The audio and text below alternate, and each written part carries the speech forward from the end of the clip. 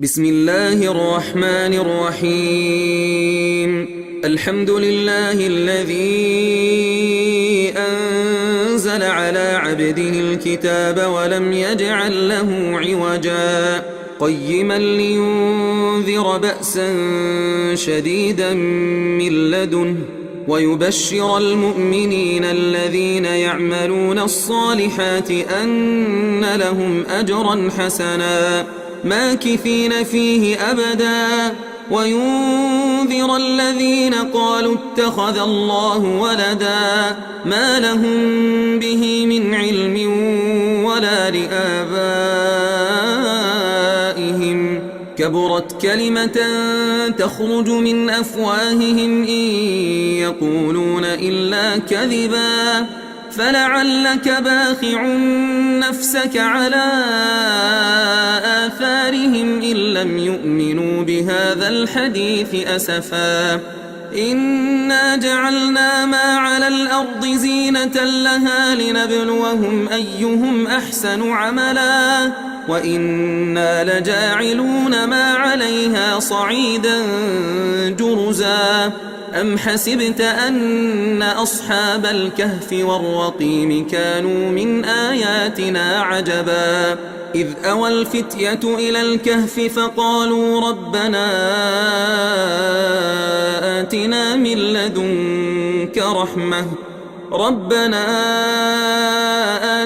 من لدنك رحمة وهيئ لنا من أمرنا رشدا فضربنا على آذانهم في الكهف سنين عددا ثم بعثناهم لنعلم أي الحزبين أحصى لما لبثوا أمدا نحن نقص عليك نبأهم بالحق إنهم فتية آمنوا بربهم وزدناهم هدى وربطنا على قلوبهم إذ قاموا فقالوا ربنا رب السماوات والأرض لن ندعو من دونه إلها لقد قلنا إذا شططا هؤلاء قومنا اتخذوا من دونه آلهة لولا يأتون عليهم بسلطان بين فمن أظلم ممن افترى على الله كذبا وإذ اعتزلتموهم وما يعبدون إلا الله فأووا إلى الكهف ينشر لكم ربكم من رحمته ويهيئ لكم من أمركم مرفقا وترى الشمس إذا طلعت تزاور عن كهفهم ذات اليمين وإذا غربت تقرضهم ذات الشمال وهم في فجوة منه ذلك من آيات الله من يهد الله فهو المهتد ومن يضلل فلن تجد له وليا مرشدا وتحسبهم أيقاظا وهم رقود ونقلبهم ذات اليمين وذات الشمال وكلبهم باسط ذراعيه بالوصيد لو اطلعت عليهم لوليت منهم فرارا ولملئت منهم رعبا وكذلك بعثناهم ليتساءلوا بينهم قال قائل منهم كم لبثتم قالوا لبثنا يوما أو بعض يوم قالوا ربكم أعلم بما لبثتم فابعثوا أحدكم بورقكم هذه إلى المدينة فلينظر أيها أزكى طعاما فليأتكم برزق منه وليتلطف ولا يشعرن بكم أحدا إنهم إن يظهروا عليكم يرجموكم أو يعيدوكم في ملتهم ولن تفلحوا إذن أبدا. وكذلك أعثرنا عليهم ليعلموا أن وعد الله حق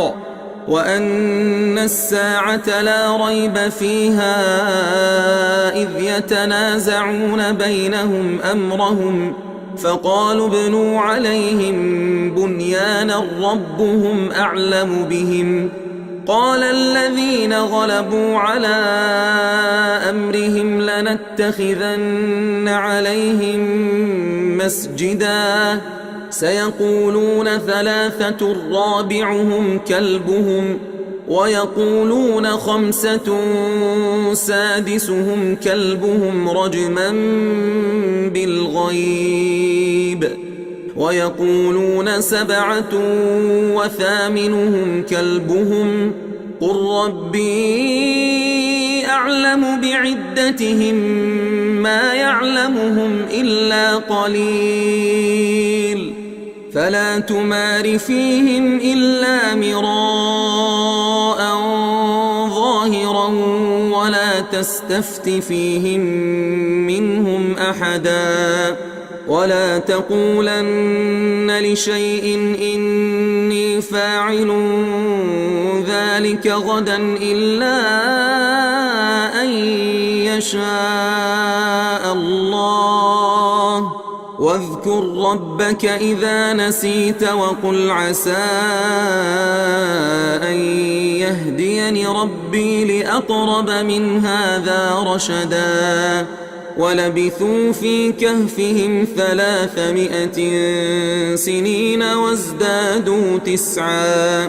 قل الله أعلم بما لبثوا له غيب السماوات والأرض أبصر به وأسمع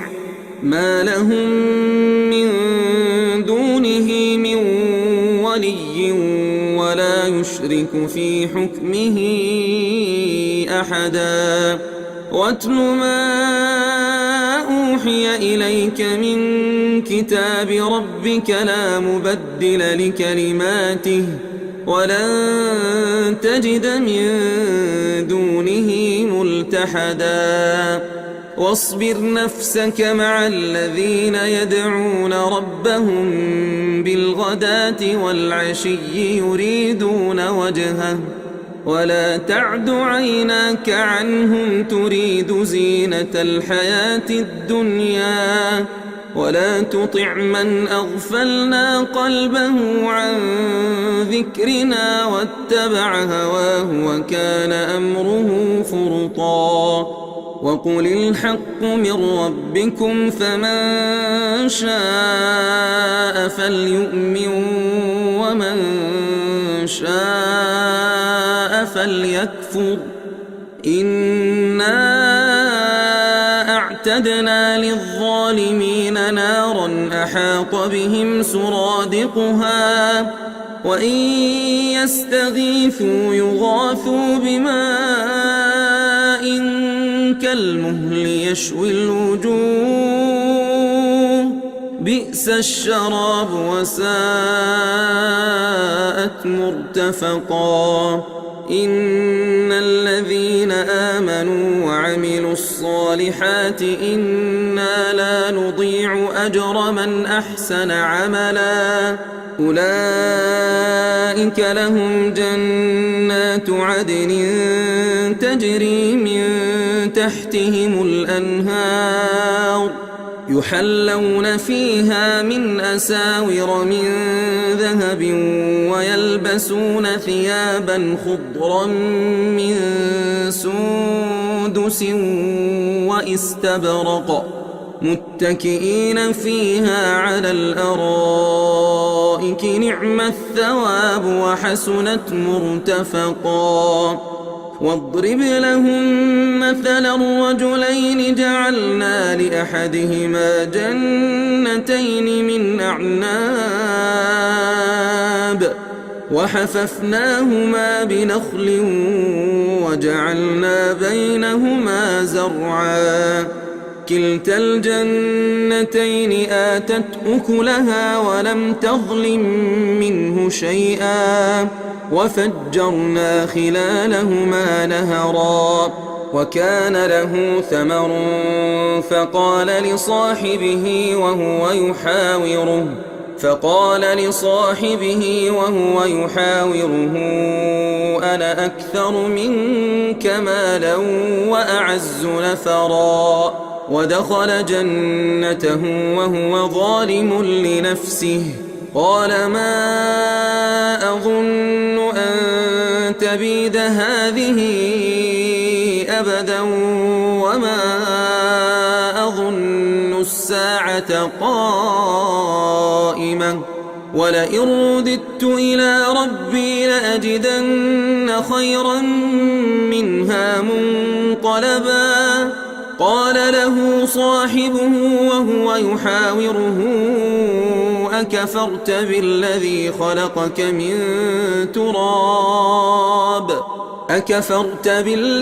خلقك من تراب ثم من نطفة ثم سواك رجلا لكن هو الله ربي ولا أشرك بربي أحدا ولولا إذ دخلت جنتك قلت ما شاء الله لا قوة إلا بالله إن ترني أنا أقل منك مالا وولدا فعسى ربي أن يؤتيني خيرا من جنتك ويرسل عليها حسبانا من السماء فتصبح صعيدا زلقا أو يصبح ماؤها غورا فلن تستطيع له طلبا وأحيط بثمره فأصبح يقلب كفيه على ما أنفق فيها وهي خاوية على عروشها ويقول يا ليتني لم أشرك بربي أحدا ولم تكن له فئة ينصرونه من دون الله وما كان منتصرا هنالك الولاية لله الحق هو خير ثوابا وخير عقبا واضرب لهم مثل الحياة الدنيا كماء إن أنزلناه من السماء فاختلط به نبات الأرض فأصبح هشيما تذروه الرياح وكان الله على كل شيء مقتدرا المال والبنون زينة الحياة الدنيا والباقيات الصالحات خير عند ربك ثوابا وخير أملا ويوم نسير الجبال وترى الأرض بارزة وحشرناهم فلم نغادر منهم أحدا وعرضوا على ربك صفا لقد جئتمونا كما خلقناكم أول مرة بل زعمتم أن لن نجعل لكم موعدا ووضع الكتاب فترى المجرمين مشفقين مما فيه ويقولون يا ويلتنا ما لهذا الكتاب لا يغادر صغيرة ولا كبيرة إلا أحصاها ووجدوا ما عملوا حاضرا ولا يظلم ربك أحدا وإذ قلنا للملائكة اسجدوا لآدم فسجدوا إلا إبليس كان من الجن ففسق عن أمر ربه أفتتخذونه وذريته أولياء وهم لكم عدو بئس للظالمين بدلا ما أشهدتهم خلق السماوات والأرض ولا خلق أنفسهم وما كنت متخذ المضلين عضدا ويوم يقول نادوا شركائي الذين زعمتم فدعوهم فلم يستجيبوا لهم وجعلنا بينهم موبقا ورأى المجرمون النار فظنوا أنهم مواقعوها ولم يجدوا عنها مصرفا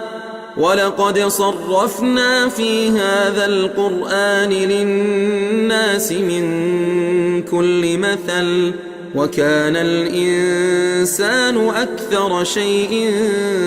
جدلا وما منع الناس أن يؤمنوا إذ جاءهم الهدى ويستغفروا ربهم إلا أن تأتيهم سنة الأولين أو يأتيهم العذاب قبلا وما نرسل المرسلين إلا مبشرين ومنذرين ويجادل الذين كفروا بالباطل ليدحضوا به الحق واتخذوا آياتي وما أنذروا هزوا ومن أظلم ممن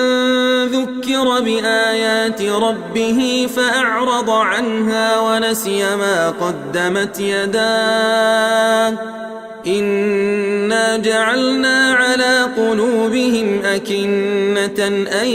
يفقهوه وفي آذانهم وقرا وإن تدعهم إلى الهدى فلن يهتدوا إذا أبدا وربك الغفور ذو الرحمة لو يؤاخذهم بما كسبوا لعجل لهم العذاب بل لهم موعد لن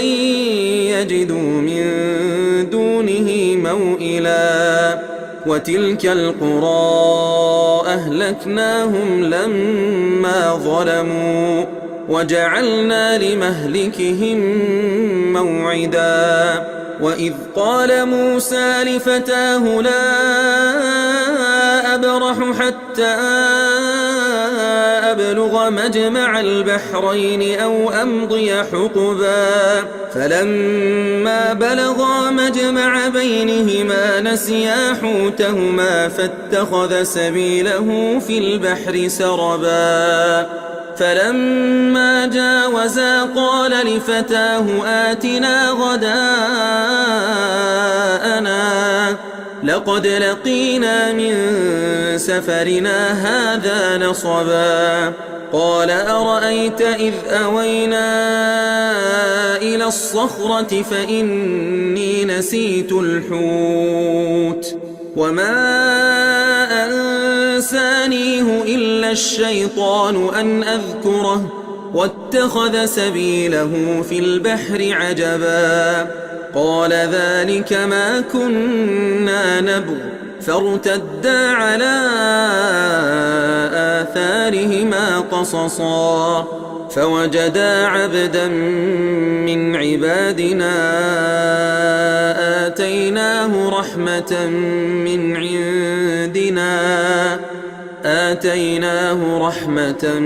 من عندنا وعلمناه من لدنا علما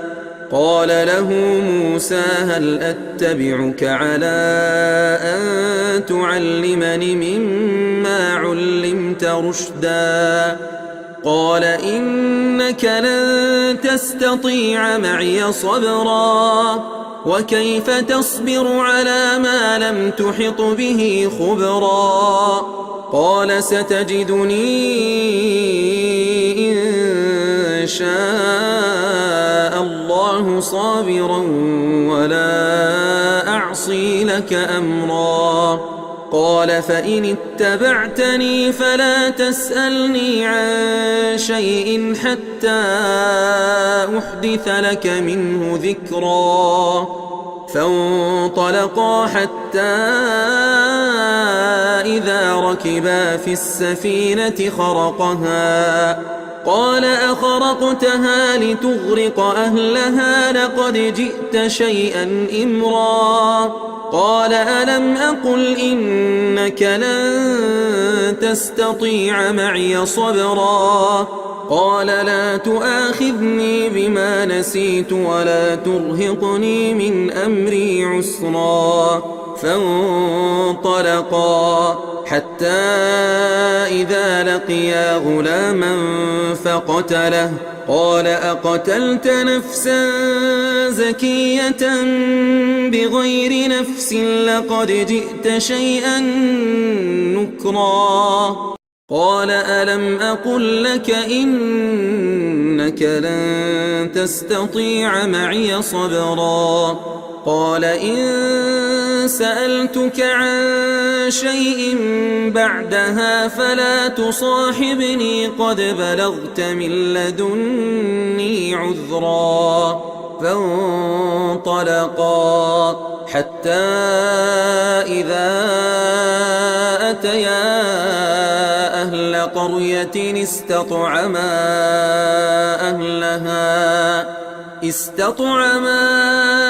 أهلها فأبوا أن يضيفوهما فوجدا فيها جدارا يريد أن